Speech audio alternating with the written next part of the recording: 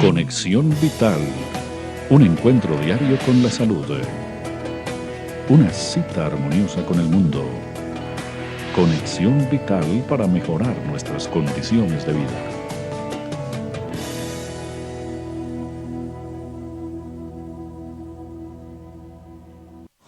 Mi bisabuelo fue el que hizo el hospital aquí.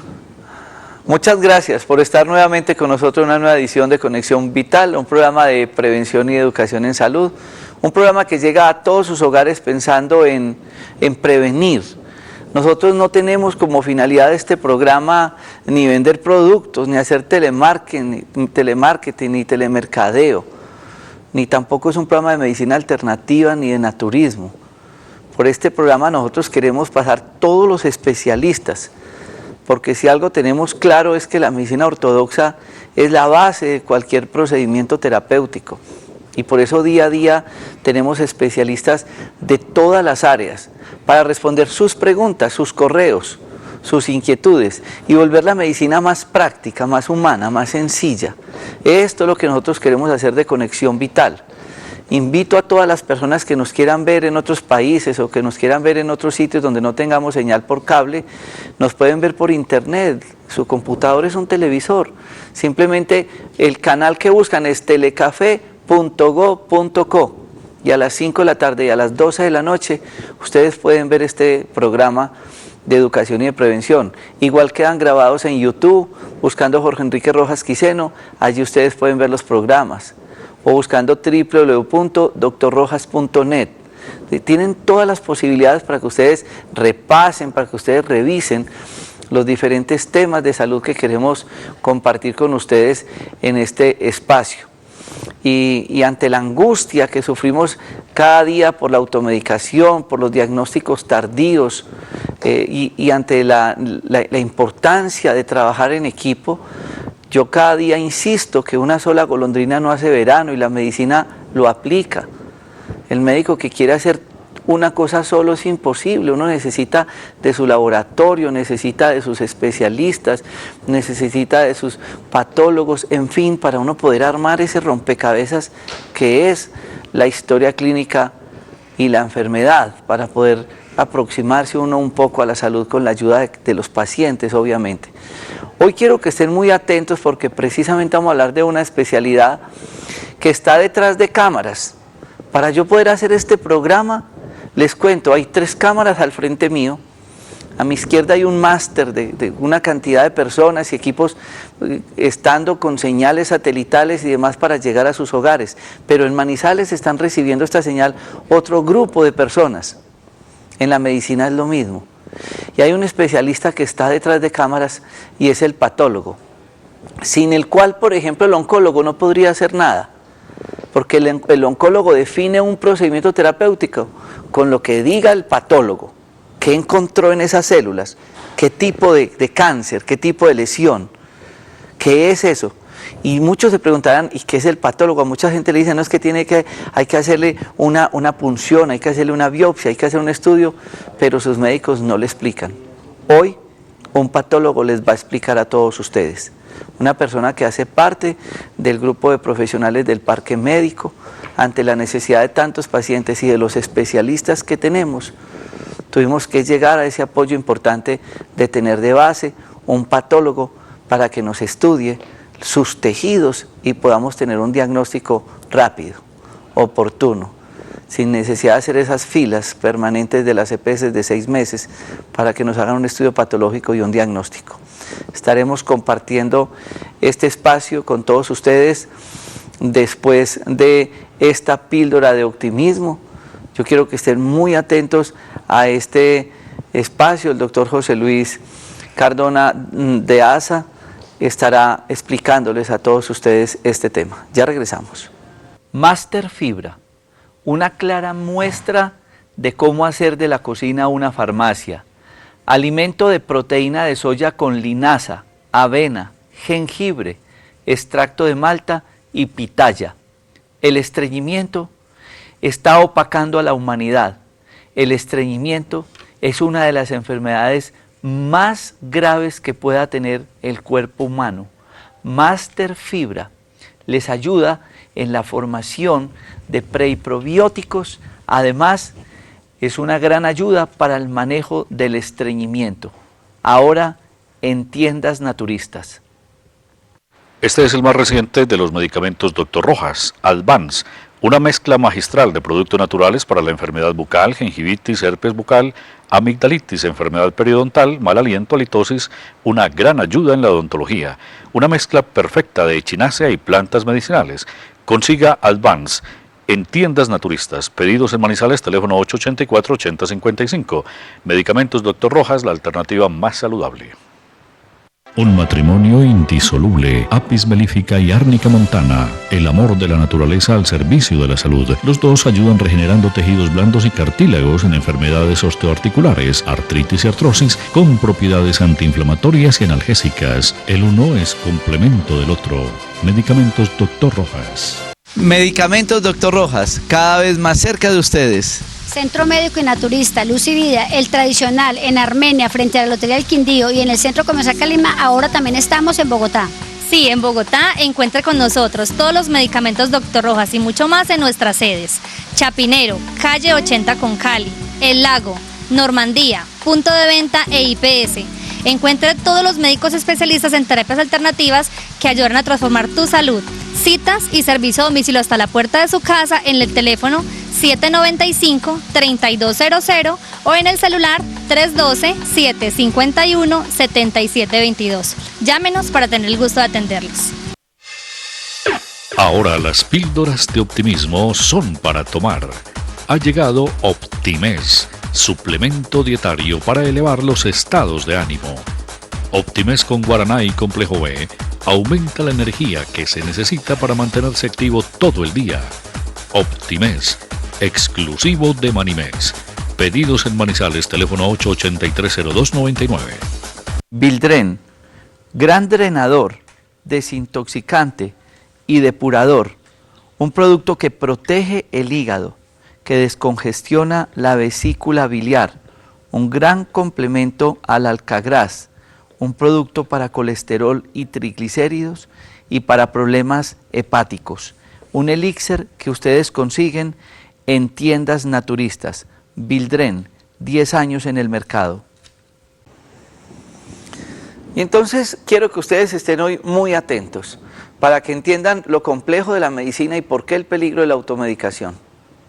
Porque muchas veces ustedes quedan con la incertidumbre que fueron donde una consulta médica y su médico les dijo, no, es que había que hacer una biopsia. Entonces el gastroenterólogo con sus endoscopias y colonoscopias, el ginecólogo con sus citologías y colposcopias, el ecografista, el dermatólogo, en fin, todas las especialidades. Y ustedes se preguntarán, ¿y qué es patología? ¿Dónde está ese médico que yo no lo veo y que me escriben un poco de hojas en la historia clínica? Doctor José Luis Cardona de Asa, gracias por estar con nosotros y bienvenido a Conexión Vital. Muchas gracias de nuevo por la invitación, Jorge Enrique. Me pareció muy interesante su introducción cuando nos hablaba de la importancia de la especialidad de la patología en el diagnóstico médico global. Es decir, nosotros no solamente tenemos una función de diagnóstico, sino que somos los fiscales de la medicina. En otras palabras, nosotros somos los que definimos si alguna lesión es maligna, benigna, inflamatoria o de otro tipo, y además somos el elemento más importante en la retroalimentación de todos nuestros compañeros especialistas de todo orden. Hay otra área importante de la patología que son las biopsias por congelación, las autopsias, y en ese ramo sí que somos importantes, puesto que desarrollamos post-mortem toda una investigación clínica, en ocasiones forense, para poder determinar las causas de muerte y todo un proceso que llevó a ese paciente o a esa persona a fallecer.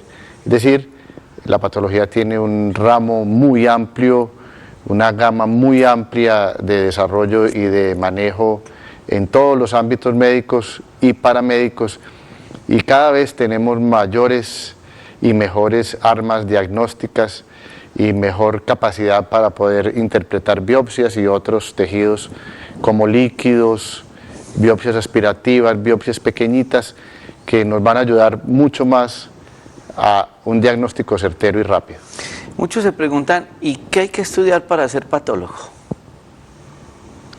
Primero tenemos que ser médicos. Yo digo siempre que uno debe, antes de hacer una especialidad, ejercer algo, la medicina. Siquiera 2, 3, 4, hasta 5 años para poder tener una suficiente experiencia y un suficiente desarrollo intelectual dentro del ámbito científico para poder hacer una especialidad. Y luego hacemos una especialidad que es 3 años básicos de anatomía patológica, 1 año de laboratorio clínico, quienes se dedican al laboratorio clínico, y otro año o de patología forense o de patología quirúrgica o de alguna subespecialidad. En mi caso es la patología quirúrgica. Ustedes se podrán imaginar todo el tiempo que hay que dedicar en la academia para uno llegar a esta especialidad, pero finalmente son ellos los que le direccionan a uno un tratamiento, y sin estos especialistas quedamos en el limbo. Si es que Julano tiene una lesión en la piel, para muchos es un lunar, para ellos puede ser un cáncer. ¿Quién se lo dice? El microscopio. ¿Qué hay que hacer? ¿Cómo se llega para que ustedes hagan esos diagnósticos, doctor José Luis Cardona? Bueno, es muy importante el desarrollo de esa pregunta. Básicamente, los patólogos siempre estábamos en los sótanos de los hospitales, junto a la morgue, junto a los laboratorios, pero nunca teníamos como un papel preponderante dentro de la salud. A principios del siglo pasado y sobre todo a mediados del siglo pasado se empezó a ver la importancia de la patología en todas las especialidades y así se integró totalmente con la clínica. Entonces empezaron a tomarse muchas más biopsias a medida que se desarrollaban aparatos más sofisticados para biopsia, por ejemplo los endoscopios, para biopsia gástrica, aquí estamos viendo precisamente cómo diagnosticamos con el microscopio, que es nuestro elemento de uso, nuestra herramienta de uso cotidiano. Entonces, a medida que se desarrollaron técnicas nuevas, como la de laboratorio clínico, los endoscopios para biopsias de mucosa gástrica, mucosa colónica, páncreas, vesícula biliar, y unos pequeños elementos de biopsia que son unas agujas nuevas que se desarrollaron en los últimos 20 años, mediante las cuales se hacen unas pequeñas biopsias de cerebro, de órganos sólidos como parótida, hígado, pulmón, corazón. Mediante esas pequeñas agujitas y esas pequeñas pincitas se toman biopsias y nos las envían al laboratorio en formol, algunas veces en otros fijadores, pero en general en formol. También nos envían, por supuesto, cuando se hace una cirugía a un paciente, pues nos envían órganos. Los órganos que nos envían son los que extraen de los pacientes en los actos quirúrgicos: útero, mama, fragmentos o segmentos o lóbulos de pulmón, de colon, intestino delgado, estómago, y nosotros procesamos los tejidos en unos aparatos especiales para esto que nos demoran aproximadamente 2 a 3 días. Estamos viendo una de las nuevas agujas para biopsia de pulmón que estábamos hablando ahora. Son unas agujas muy pequeñitas. Esta es una biopsia de piel, una aguja, elemento especial que se llama PONS, que es como un lapicerito que corta en la punta, y este lo usamos también para tomar biopsias de piel y de otros tejidos blandos. Entonces estaba explicando que mediante un proceso de pasos sucesivos por alcoholes de alto peso y de otros elementos como silol, al final incluimos el tejido en parafina para poderlo cortar. Cortar es que se cortan delgadas fragmentos de tejido y se procesan para colorearlo. Después de que se colorean, vemos el tejido al microscopio y en conjunto con una muy buena correlación clínico-patológica, es decir, vemos la historia del paciente, los exámenes de laboratorio, las radiografías de este paciente, las tomografías, biopsias anteriores, etcétera, hacemos el diagnóstico global. Estamos viendo lo que decía ahorita, la biopsia truco o con aguja de hígado. Ustedes pueden ver un pequeño, en la caja de Petri, que es la cajita de vidrio que se ve allí, se ve el fragmentico pequeñísimo, mide más o menos 0.6 centímetros por 0.2 aproximadamente, o sea que es un fragmento muy pequeño de hígado lo que se obtiene o de otro tejido, y ahí estamos viendo una hermosa foto de microscopía electrónica de una lesión de la lengua, parece ser. Entonces, la patología se usa para llegar a un diagnóstico, para confirmar un diagnóstico, para aclarar un diagnóstico, y con las nuevas herramientas podemos llegar mucho más allá, porque podemos hasta decir y pronosticar qué puede pasar con ese paciente en un futuro. Doctor José Luis, déjeme en esta imagen, porque ustedes, me la vuelva a poner Jennifer, por favor. Ustedes ven ahí un dibujito, ¿cierto? Para nosotros unas células. Pero yo quiero que ustedes entiendan algo. Ustedes se pueden imaginar, yo le pregunto al doctor José Luis, ¿cuántas veces en un televisor así normal, digamos de 30 o 40 pulgadas, puede estar aumentada esa foto? Es decir, que la gente dirá, no, con una agujita me van a definir si tengo o no un cáncer. Pues porque no marcaron toda la bola entera para mirarla. Y usted dice, es que es una cosa de 0. ¿Qué? 0.6 por 0.2. Pues nada. O sea, 6 milímetros por 2 milímetros. Exactamente, y uno poder definir si hay o no una lesión. Por curiosidad, ¿cuántas veces podrá estar aumentado el tamaño real de esta foto? Bueno, esta foto es de una microscopía electrónica y ahí está aumentada, podemos aumentarlo hasta 150.000 o hasta 1.000.000 de veces. Como se ve en esta foto, se pueden ver las organelas dentro de la célula. En un microscopio normal podemos aumentar aproximadamente 1.500 veces. El tamaño real. El tamaño real. Es decir, por eso vemos células, vemos el núcleo de las células, vemos la membrana nuclear y vemos otras partes de la célula y el estroma. El estroma es el tejido que acompaña a las células. Aquí vemos, por ejemplo, una pequeña biopsia que está en el frasquito con formol, y a la derecha vemos que mide aproximadamente 5 milímetros, 5 o 6 milímetros. Esta es una biopsia probablemente de un tejido blando, una mucosa gástrica, mucosa oral, algo parecido. A eso iba ese frasquito, porque es que muchas personas les hacen la biopsia y de pronto uno no entiende por qué a veces quien le hace el procedimiento le entrega el frasquito y le dice, no, pues hay que llevar eso a patología. Y los pacientes llegan a veces muy confundidos con el frasquito porque pues, no saben ni siquiera quién es patología. Y andan con un frasquito ahí con la muestra y a muchos hasta se les embolata, pues no le dan la suficiente importancia, pero resulta que en ese frasquito está la información, la célula, el tumor, lo que sea, o nada, pues estar bien. Pero ¿quién define eso? El patólogo. Entonces la gente se preguntará, ¿con ese pitico sí puede uno diagnosticar un cáncer? Sí, ese punto que usted acaba de tocar es clave. Voy a hacer un poquito de historia porque a los colombianos se nos olvidan las cosas. Antes los médicos exploraban un paciente, sacaban la vesícula, el útero, macroscópicamente ellos miraban, no veían nada y lo botaban a la basura. Eso era antes, ¿no? Sí, así se dejaron de diagnosticar cantidades de lesiones neoplásicas, inflamatorias, degenerativas, etcétera, etcétera. Una ley del presidente Turbay, Julio César Turbay, obligó a que en todas las clínicas, a todos los médicos de todas las especialidades que tomen una biopsia o una citología o un cultivo, deben ir a los laboratorios, al laboratorio clínico, los exámenes de sangre, los cultivos, y a los laboratorios de patología, las citologías, líquidos o cualquier tejido que se extraiga de cualquier persona en cualquier órgano. Es decir, es una ley que obliga a que sus tejidos sean estudiados por un patólogo. Y ese estudio debe de tener una respuesta oportuna y una respuesta adecuada, y si es necesario realizar una gama de nuevos exámenes que nosotros estamos en capacidad de hacer en este momento. Pero cada vez que alguien es biopsiado de algún tejido, siempre este debe ir preservado. En ese frasquito que veíamos que el doctor enfatizó, debe ir formol, como mínimo alcohol de altos volúmenes, como mínimo formol.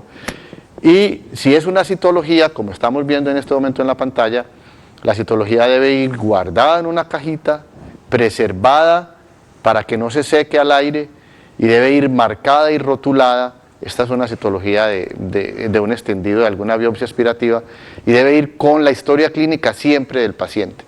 Por eso nosotros hacemos énfasis en el diagnóstico oportuno, que debe ser máximo de una semana, en que vaya bien diligenciada la orden con historia clínica, que el paciente sea referido adecuadamente. Tristemente nosotros encontramos muchos pacientes que nos llegan con biopsias tomadas hace 6 meses, tomadas hace 1 año, o que simplemente no saben qué pasó con su biopsia. Si les entregaron el resultado, nunca lo vieron, nunca lo llevaron donde el médico, o si el resultado no está pegado en la historia, porque en algunas EPS desafortunadamente hacen contratos con los laboratorios más baratos y se llevan las patologías a Bogotá, a Cali, a Medellín, a Pasto, y entonces se demoran 1 mes y medio, 2 meses. Aún hemos visto pacientes 3 meses esperando el resultado de una biopsia de un tumor de mama. Terrible. Eso es terrible. Eso es una muerte. Yo voy tratando de desenredar algunos términos para volverlo más coloquial. Usted decía, eso que debíamos ir a una biopsia aspirativa, ¿qué es? Cuando hablamos de biopsia aspirativa estamos hablando de una aspiración con una aguja, que se hace generalmente con un aparatico que lo vimos también antes, que es una pistolita. Con esa pistolita hacemos vacío y al hacer vacío obtenemos células. Si el diámetro de la aguja no lo permite, obtenemos también un pequeño fragmento de tejido. ¿Cuál es la importancia de esto? Que ya no es necesario, como era antes, abrir con un bisturí un paciente, cortar, escindir los tejidos y llegar hasta donde está la masa para poder obtener una pequeña porción de tejido. En este momento nosotros podemos hacer biopsias de pulmón, como vimos ahora, de hígado, como vimos ahora, de cerebro, de músculo, de hueso, médula ósea, con agujas de diferentes tamaños y de diferentes calibres. Y estas agujitas, como estamos viendo, pueden pasar a través de los tejidos, a veces dirigida por ecografía o dirigida por TAC, a veces si la masa es muy superficial simplemente la hacemos el patólogo con la pistolita de vacío y se obtienen células. Esas células se expanden en esas plaquitas de vidrio que vimos ahora y se fijan con alcohol y después se colorean y al microscopio los patólogos vemos y hacemos el diagnóstico. Tiroides también, ¿no? Tiroides, Que es tan frecuente. mama. Y entonces, ¿estos procedimientos se hacen con anestesia? ¿Cómo se puede realizar? Los procedimientos invasivos, pulmón, mama, hígado, riñón, páncreas, riñón, se hacen con anestesia general o local. Los procedimientos que están de fácil acceso a la piel, por ejemplo, tiroides, ganglios linfáticos de cuello, biopsias de masas de piel o subcutáneas en alguna parte del cuerpo, mama, se hacen básicamente, como vemos en este caso, tiroides de un nodulito que se ve muy al lóbulo izquierdo, se hacen sin necesidad de anestesia, porque las agujas son muy delgaditas, son muy pequeñitas y su calibre es tan pequeñito que no produce tanto dolor al penetrar, duele un poquito al aspirar, pero si se hace una aspiración cuidadosa y se protege después con un buen analgésico o con hielo simplemente, los pacientes en el 99% de los casos no necesitan más, ni necesitan una anestesia local. Recuerde que él dice izquierdo porque en las fotos de medicina es mirándolo de frente al paciente, como si lo estuviéramos viendo en el otro lado. Por eso esa lesión que se ve derecha en la pantalla es izquierda en el paciente. Una de las cosas importantes, doctor José Luis Cardona, con el tema de la patología es la tardanza del estudio y del diagnóstico. Y el organismo está en completo cambio. Y entonces muchas veces uno puede tener una lesión, pero se demoraron de 4, 5, 6 meses para el resultado. En este tiempo pueden presentarse en cambios notorios celulares que definan el pronóstico, es decir, el futuro de la enfermedad del paciente. Sí, no tiene sentido lo que estamos viviendo. Estamos enfrentados a unos manejos comerciales de la medicina en los cuales vemos que por ahorrarse unos pesos condenan a los pacientes a sufrir deterioros marcados en su salud precisamente por esto. biopsias que se envían a otras ciudades y se demoran 2, 3 meses, mínimo 20 días para llegar a su diagnóstico. La pregunta mía es, si es una lesión maligna, si es una lesión neoplásica, simplemente el solo hecho de tomar una biopsia ya puede estar liberando células hacia la circulación general, o una punción, o una cirugía.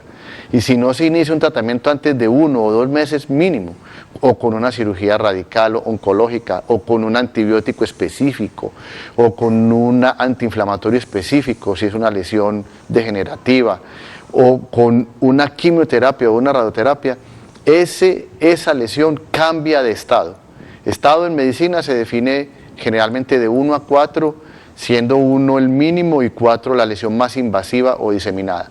En general, cuando se toma una biopsia de un paciente solamente por tomar la biopsia, por invadir un tejido, por invadir un órgano, se pasa de un estado 1 a 2, o de 2 a 3, o de 3 a 4. Y si a eso le sumamos la tardanza, tenemos grandes posibilidades de que esa lesión ya sea metastásica, de que esa lesión ya se haya ido a otros órganos o a ganglios linfáticos, o que la infección continúe hacia otros órganos anexos o ganglios linfáticos, y ya el tratamiento sea o mucho más difícil o definitivamente inocuo, no va a producir nada en ese paciente. Es decir, que la tardanza es gravísima y nosotros creemos que, como debe ser, lo máximo que nos debemos demorar es 1 semana para poder que nuestros médicos tengan un elemento diagnóstico tan importante para tomar una decisión, porque ¿qué decisión va a tomar uno 1 mes o 2 meses después de haber tomado una biopsia? No, pues ya ha cambiado. Totalmente. Yo quiero que en este corte de comerciales, muchas personas que tienen en sus casas sus historias clínicas y tienen resultados de patología, que lo vemos muy frecuente en el caso de la endoscopia, los tengan a mano, no para recibir preguntas, pese a que estamos en directo, sino que vamos a resolver muchas cosas que ustedes tienen ahí y están muy confundidas. Porque el doctor José Luis Cardona de Asa, quien además es docente universitario y es de las pocas personas en esta región que hace inmunohistoquímica, les va a explicar esos resultados. Porque a nosotros nos llaman y nos dicen, no, fue que me salió que tenía metaplasia, que tenía displasia. Y ustedes empiezan a ver una cantidad de nombres y nos llaman, no doctor, es que yo leí, yo creo que yo tengo un cáncer, porque es que dice tal palabra. Vamos a tratar de interpretar un poco esas palabras, esos diagnósticos que los especialistas patólogos hacen en estas biopsias para que ustedes tengan un poco de claridad. Todo esto después de este corte de comerciales. Ya regresamos. Y esta es una nueva línea de productos que ustedes encuentran ahora en tiendas naturistas. Revital es un producto revitalizante, hidratante y energizante, que además es el producto ideal con el cual ustedes pueden tomar sus medicamentos porque tiene componentes drenadores, evitando muchos efectos secundarios de los medicamentos que toman. Revital es un producto que tiene componentes naturales y homeopáticos, drenadores, y ayudan a hidratar en los casos de pacientes con diarrea o con procesos de deshidratación. Este producto ustedes lo consiguen en tiendas naturistas o los pueden ordenar en Manizales en el teléfono 884-8055. Revital. Esto no es colágeno, es procolágeno. Es una sustancia que su cuerpo necesita todas las noches a la hora de dormir para poder regenerar y rejuvenecer. Vital Procolágeno, excelente para rejuvenecer la piel, las articulaciones, los tendones, los ligamentos y mejorar la circulación. El producto actúa mientras usted duerme. Vital Procolágeno, consígalo en los teléfonos que aparecen en pantalla o en los puntos de venta de Manimés en Pereira y en Manizales. Basulati, una mezcla de castaño de Indias con ajo, plantas medicinales y componentes homeopáticos que ayudan a proteger el sistema cardiovascular, hipertensión arterial, úlcera varicosa, ateroesclerosis. Basulati, un producto en el mercado más de 10 años, ahora en tiendas naturistas y un gran complemento para la enfermedad vascular. Basulati. Seguramente muchos de ustedes ya tendrán en sus manos resultados que les han dado sus médicos, sus especialistas, de lo que detrás de cámara ya ese otro especialista que es el patólogo encontró para que estos otros especialistas pudieran hacer un procedimiento terapéutico. ¿Cómo son esos resultados? ¿Cómo interpretarlos y explicárselos a nuestros televidentes, doctor José Luis Cardona?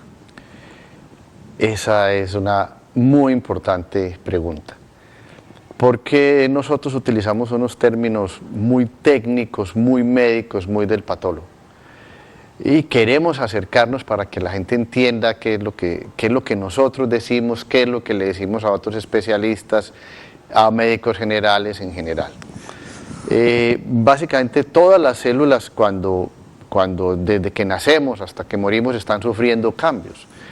Esos cambios se producen por la edad, por procesos infecciosos, degenerativos, neoplásicos, y son cambios que llamamos adaptativos. Es decir, una persona que no fuma va a tener un pulmón no adaptado al fumar. Un fumador va a tener toda su mucosa, desde su cavidad oral hasta todos los bronquios y los alvéolos, adaptados al daño, a la injuria que está produciendo al fumar. Ahí estamos viendo un epitelio precisamente que está sufriendo un cambio inflamatorio, que lo vemos hacia la parte de abajo, unas celulitas negritas. Ese cambio inflamatorio produce una lesión y una adaptación celular. Entonces todo proceso en medicina va a producir una lesión o una injuria, y esa injuria va a producir una respuesta. La respuesta siempre está modulada por el sistema inmune, nuestro sistema de defensa, la manera en que nos defendemos de todo. ¿Qué es todo? Nos defendemos del polvo que en la calle o en las ciudades respiramos, nos defendemos del cigarrillo, de los químicos que consumimos en la dieta todos los días, que son muy nocivos. Nos defendemos de los procesos propios que tenemos nosotros, que son las lesiones tumorales, que en general se producen por un daño que estamos produciendo una célula constantemente, todos los días. Por eso, aquella persona que fuma, aquella persona que consume elementos químicos o elementos que dañan la mucosa gástrica, aquella persona que se expone al sol todos los días sin protección solar, aquella persona que tiene estreñimiento o no tiene un buen ritmo en sus deposiciones, son personas que van probablemente a tener cambios adaptativos, como ese que estamos viendo en la pantalla, que es una displasia severa de un epitelio escamoso. Y esos cambios adaptativos lo que hacen es protegernos durante un tiempo de una lesión mayor. Pero a medida que progresa el daño, que seguimos produciéndole más daño a nuestros tejidos, nuestro código genético, que lo tenemos en todas las células, se daña. Y ese daño del código genético va a producir unas lesiones que vemos que se llaman displasia. Displasia significa una alteración en la maduración de esas células. Y esas células empiezan a madurar inadecuadamente, a madurar mal, y ese es el primer paso de una neoplasia. Una neoplasia ya es un tumor. Es decir, que una displasia es un cambio pre-neoplásico, pretumoral. Hay otros cambios que ustedes van a ver, por ejemplo, una metaplasia, que es esta que estamos viendo en pantalla en este momento. Una metaplasia es un epitelio que se adapta a otro más fuerte porque está sufriendo daño, está sufriendo injurias epitelio. Es, por ejemplo, lo que pasa en el esófago cuando tenemos reflujo gastroesofágico. Se nos devuelve el contenido gástrico con el ácido hacia el esófago, y ese epitelio, que es este que vemos acá, escamoso, no está preparado para recibir ese ácido, y entonces él cambia y sufre una metaplasia, es decir, cambia por otro, y al cambiar por otro se vuelve un epitelio más fuerte, se adapta. Pero esos cambios pueden llegar, si la injuria permanece, si el daño continúa, hasta esta lesión que tenemos en pantalla, que se llama un carcinoma in situ.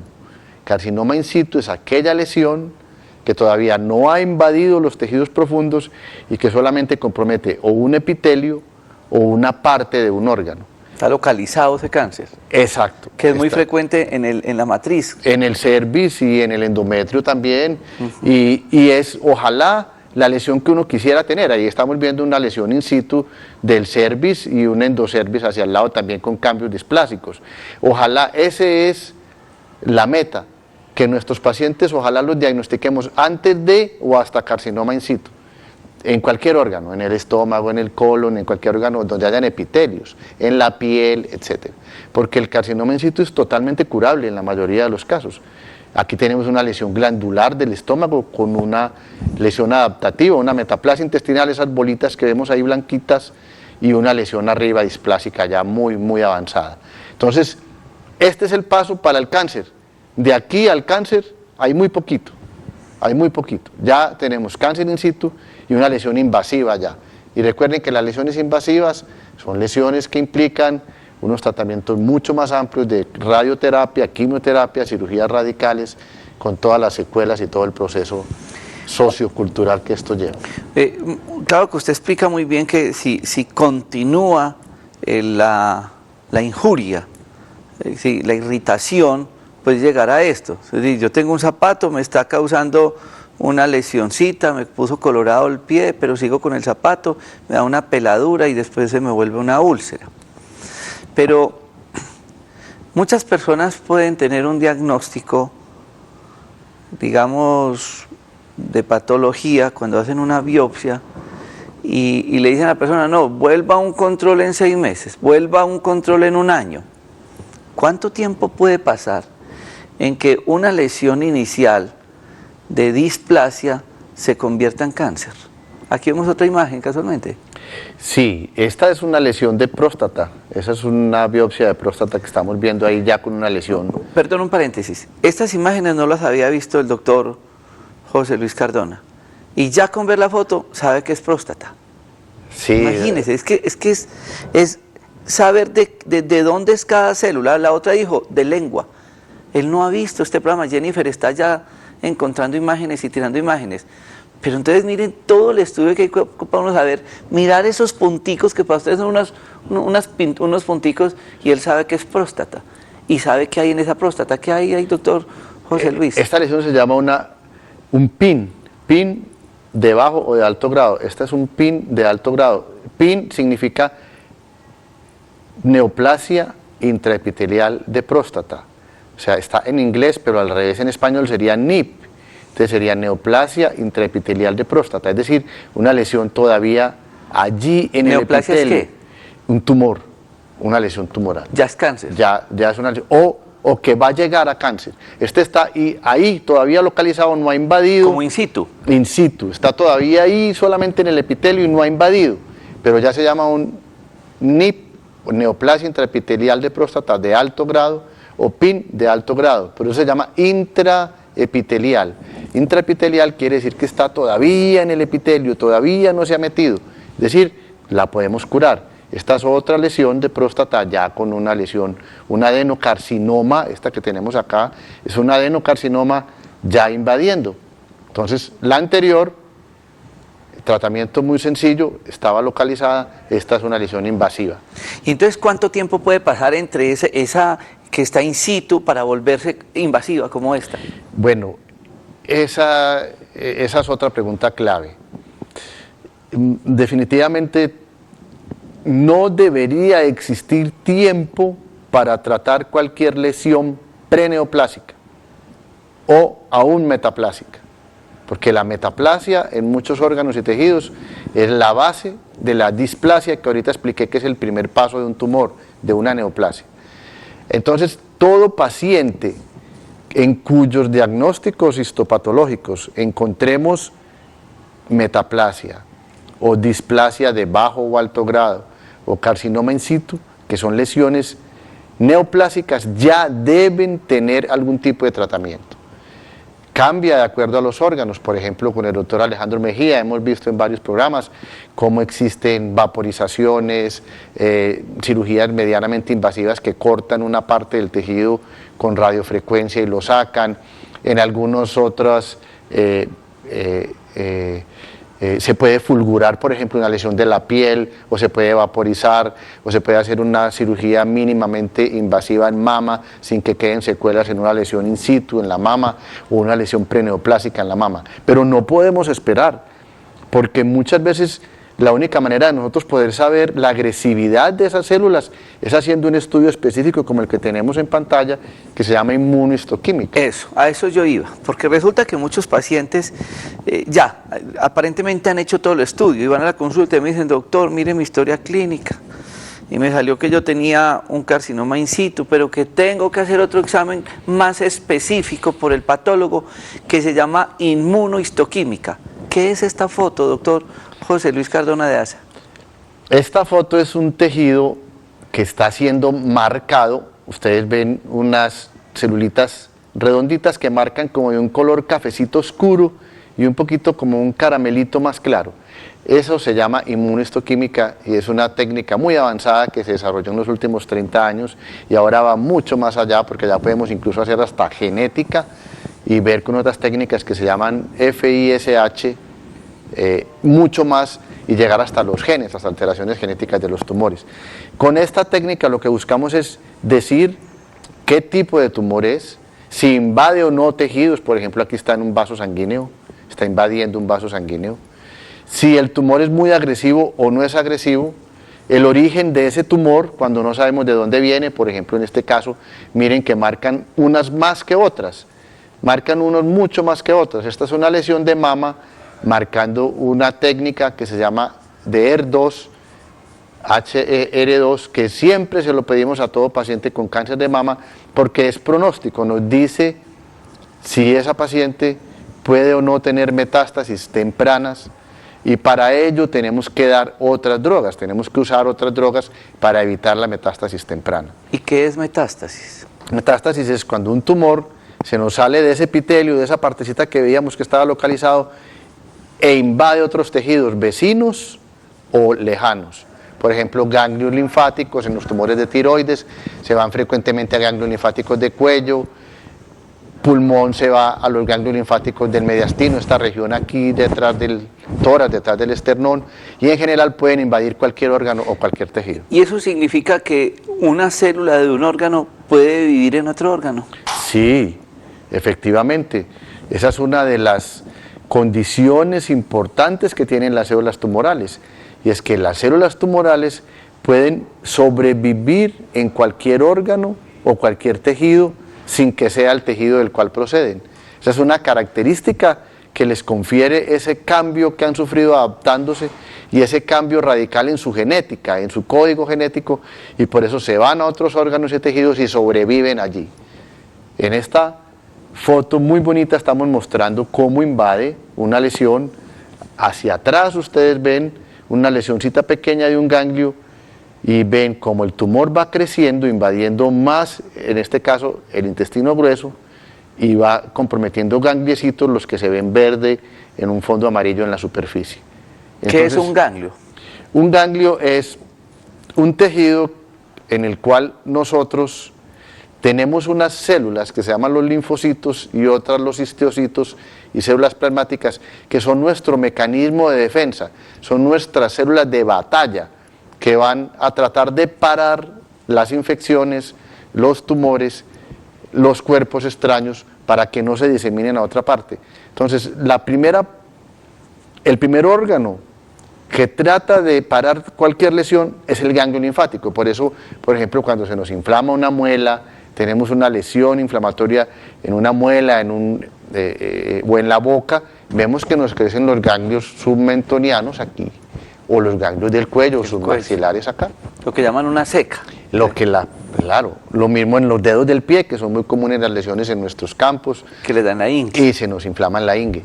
Sin embargo, todo ganglio linfático inflamado debe ser estudiado. Debe ser estudiado. Porque aquí estamos viendo una muy bonita diapositiva donde muestran los diferentes niveles que tenemos en el cuello. Entonces, el submentoniano, submaxilar, el anterior, el posterior, etcétera. Estos niveles se clasifican en números, 1, 2, hasta el 5.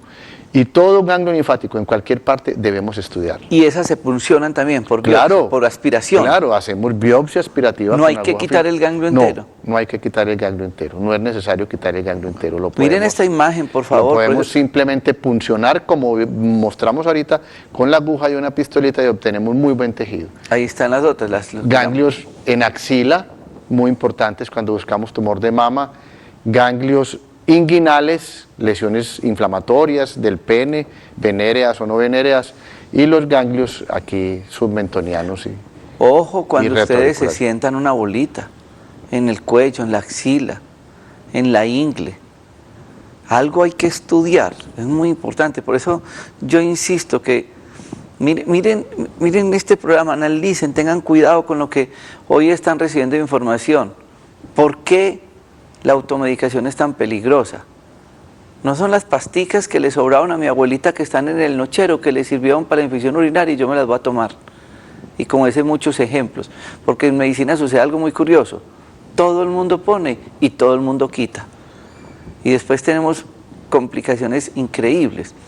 ¿Y por qué yo insisto que ustedes tienen que acudir a los exámenes? Y si hay que hacer una biopsia, hoy yo le decía a una señora que le encontrábamos una cantidad de masa en el seno, hay que hacer una biopsia, me decía, no, yo no me hago eso.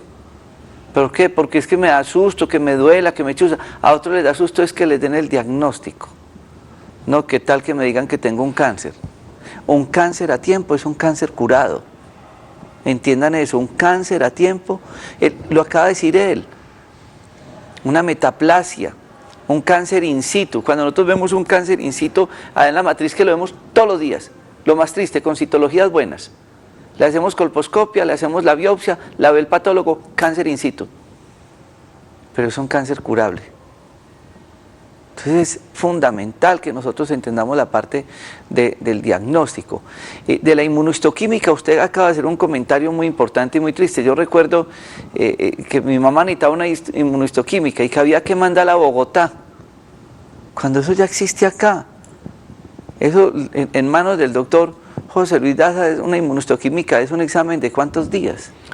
5 días, máximo 7 días. O sea, las biopsias las estamos entregando las pequeñas en 2 a 3 días, los órganos grandes en 4 días, máximo 5 días, y la inmunohistoquímica la estamos entregando en 1 semana máximo. Otra pregunta, ¿hay que volver a repetir la biopsia No. o con la misma que ustedes tenían se hace la inmunohistoquímica? No, con el mismo tejido que se hizo la biopsia, o el órgano, o la biopsita pequeña que explicamos al principio, o el ganglio, etcétera, con el mismo tejido hacemos simplemente un estudio especial, ponemos en contacto con unas reacciones químicas y antigénicas esas mismas células, y allí diagnosticamos con inmunohistoquímica. ¿Y cuándo se debe hacer el complemento? Digamos, muchas personas van a una endoscopia y entonces uno dice, o el gastroenterólogo dice, no, necesita también la biopsia.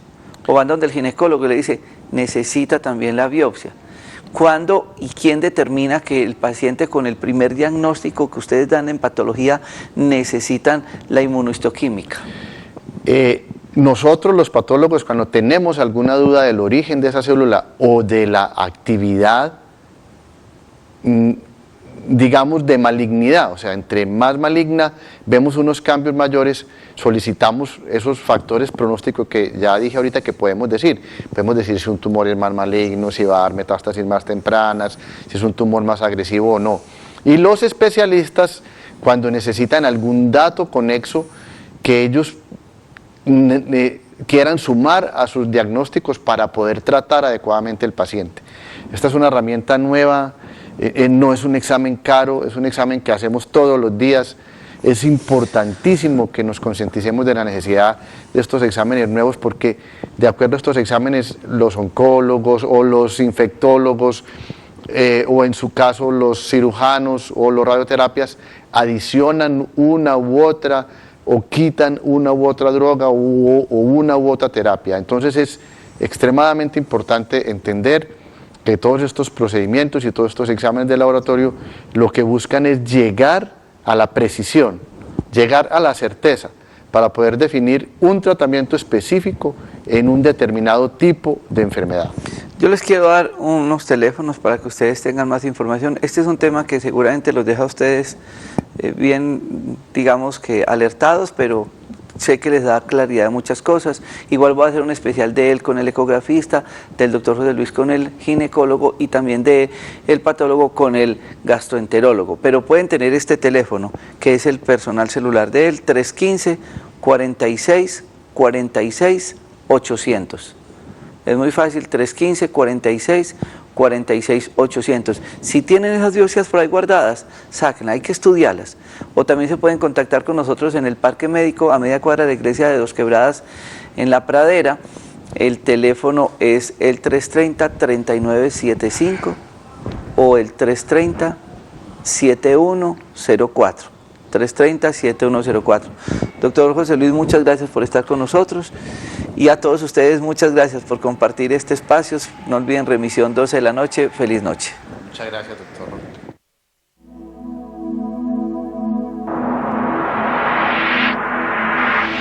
Conexión Vital, un encuentro diario con la salud.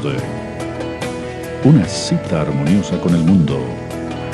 Conexión Vital para mejorar nuestras condiciones de vida.